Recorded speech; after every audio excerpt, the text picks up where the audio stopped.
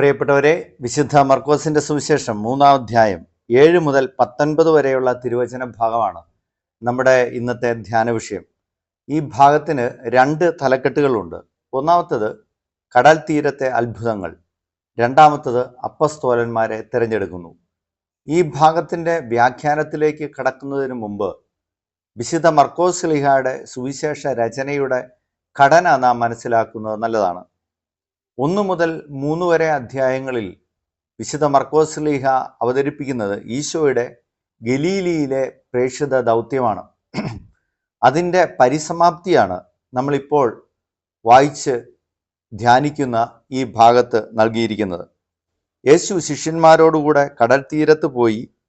ഗലീലിയിൽ നിന്നൊരു വലിയ ജനക്കൂട്ടം അവനെ അനുഗമിച്ചു. യൂദ, ജെറുസലേം, ഇദുമയ എന്നിവിടങ്ങളിൽ നിന്നും, ജോർദാന്റെ മറുകര നിന്നും, ടൈർ, സീദോൻ എന്നിവയുടെ പരിസര പ്രദേശങ്ങളിൽ ധാരാളം ആളുകൾ അവൻ്റെ പ്രവൃത്തികളെക്കുറിച്ച് കേട്ട് അവൻ്റെ അടുത്തെത്തി. നോക്കൂ, ഗലീലയിലെ ഈശോയുടെ ദൗത്യം വളരെ വിജയമായി. അതുകൂടാതെ അതിൻ്റെ പരിസര പ്രദേശങ്ങളിലുള്ള ആളുകളിലേക്ക് കൂടി ഈശോയുടെ പ്രവൃത്തികളെക്കുറിച്ചുള്ള അറിവെത്തുകയും അവർ ഈശോയെ തേടി വരികയും ചെയ്യുന്നതാണ് മർക്കോസ് ശ്ലീഹ അവതരിപ്പിക്കുന്നത്. ഇവിടെ നമുക്കുള്ള ഒരു ധ്യാന വിഷയം ഇതാണ്. ഒന്നാമത്തെ കാര്യം, ഗലീലി ഈശോയുടെ പ്രിയപ്പെട്ട സ്ഥലമായിരുന്നു. അത് നമ്മൾ സുവിശേഷങ്ങളിൽ പല സ്ഥലങ്ങളിൽ കാണുന്നുണ്ട്.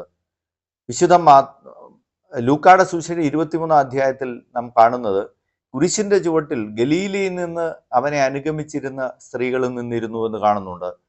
മത്തായിയുടെ സുവിശേഷം 28-ാം അധ്യായത്തിൽ ഈശോ സ്ത്രീകളോട് പ്രത്യക്ഷപ്പെട്ട ഉത്ഥാനത്തിന് ശേഷം പറയുന്നതാണ്, എൻ്റെ സഹോദരന്മാരോട് ഗലീലിയിലേക്ക് പോകാൻ പറയുക, അവിടെ വെച്ച് നിങ്ങൾ എന്നെ കാണുമെന്നാണ്.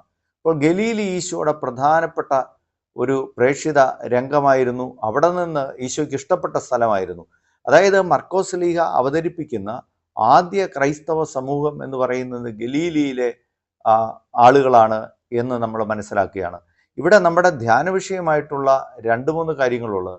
ഒന്നാമത്തെ കാര്യം ഇതാണ്. ഇവിടെ പറയുന്നു, അവൻ്റെ പ്രവർത്തികളെക്കുറിച്ച് കേട്ട് അവൻ്റെ അടുത്ത് ആളുകളെത്തി. ഈ 2 തലക്കെട്ടിൻ്റെ കീഴിലും അവതരിപ്പിക്കുന്ന ഒരു കാര്യമുണ്ട്. ഈശോയുടെ അടുത്തേക്ക് എത്തുന്നു, ആളുകൾ അടുത്തേക്ക് എത്തുന്നു. ശിഷ്യന്മാർ അവൻ ഇഷ്ടപ്പെട്ടവരെ അവൻ്റെ അടുത്തേക്ക് വിളിച്ചു, അവർ സമീപത്തെത്തി. അപ്പോൾ ഒന്നാമത്തെ പ്രായോഗികമായ കാര്യം ഇതാണ്. പ്രവർത്തികളെക്കുറിച്ച് കേട്ട് ആളുകളെത്തി. നമ്മുടെ പ്രവർത്തികളെക്കുറിച്ച് കേട്ട് നമ്മുടെ അടുത്ത് ആളുകൾ എത്തുന്നുണ്ടോ? പ്രേക്ഷിത ദൗത്യത്തിൻ്റെ വിജയത്തിൻ്റെ മാനദണ്ഡമായിട്ട് മർക്കോസ് ശ്ലീഹ പറയുന്നത് അതാണ്. ആളുകൾ സമീപത്തേക്ക് വരുന്നുണ്ടോ? അതാണ് പ്രേക്ഷിത ദൗത്യത്തിൻ്റെ വിജയം എന്ന് പറയുന്നത്. നമ്മുടെ അടുത്തേക്ക് ആളുകൾ വരുന്നുണ്ടോ എന്നുള്ള ഒരു ചോദ്യം പ്രധാനപ്പെട്ട ചോദ്യമാണ്. നമ്മളെ സമീപിക്കാൻ ആളുകൾക്ക് കഴിയുന്നുണ്ടോ?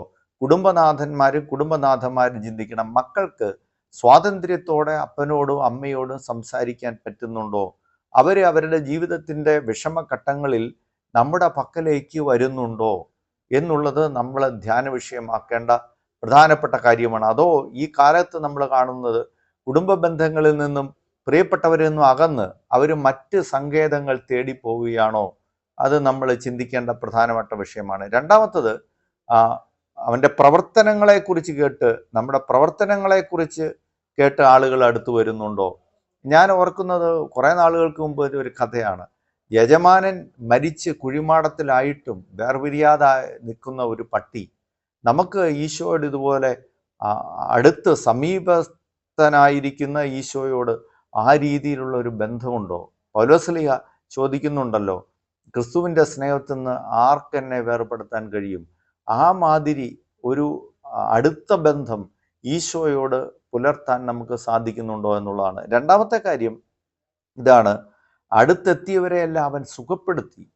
നമുക്ക് അടുത്തെത്തുന്നവരെയെല്ലാം സുഖപ്പെടുത്താൻ കഴിയുന്നുണ്ടോ? സുഖപ്പെടുത്തുന്ന, ശക്തിപ്പെടുത്തുന്ന വാക്കുകൾ പറയാൻ കഴിയുന്നുണ്ടോ? ഒരു പരീക്ഷയിൽ പരാജയപ്പെട്ട വളരെ മിടുക്കനായിരുന്നു, പക്ഷെ മറ്റെന്തോ കാരണങ്ങളാൽ പരാജയപ്പെട്ടു പോയ ഒരു സഹോദരനെ ഒരു ഗ്രൂപ്പിൽ കണ്ടതാണ്. മറ്റുള്ളവരെല്ലാം കയറി എല്ലാവരും കൂടെ ഒരുമിച്ച് ചേർന്ന് ശക്തിപ്പെടുത്തുകയാണ്, മോട്ടിവേഷൻ കൊടുക്കുകയാണ്. ബി പോസിറ്റീവ്, ധൈര്യമായിരിക്കൂ, വേറൊരു വഴി ഉണ്ടാകും തീർച്ചയായിട്ടും എന്നുള്ള രീതിയിൽ ശക്തിപ്പെടുത്തുന്നു. നമുക്ക് പറ്റുന്നുണ്ടോ ഈ കാലത്ത് മറ്റുള്ളവരെ അടുത്തെത്തുന്നവരെ ശക്തിപ്പെടുത്താൻ പറ്റുന്നുണ്ടോ എന്നുള്ളതാണ്. ഈശോയുടെ സമീപത്തേക്ക് നമുക്ക് ചെല്ലാൻ പറ്റും. പ്രാർത്ഥന കൂടുതൽ ആകാൻ പറ്റുന്നുണ്ടോ? ഞാൻ subscribe now and press the bell icon. Never miss an update.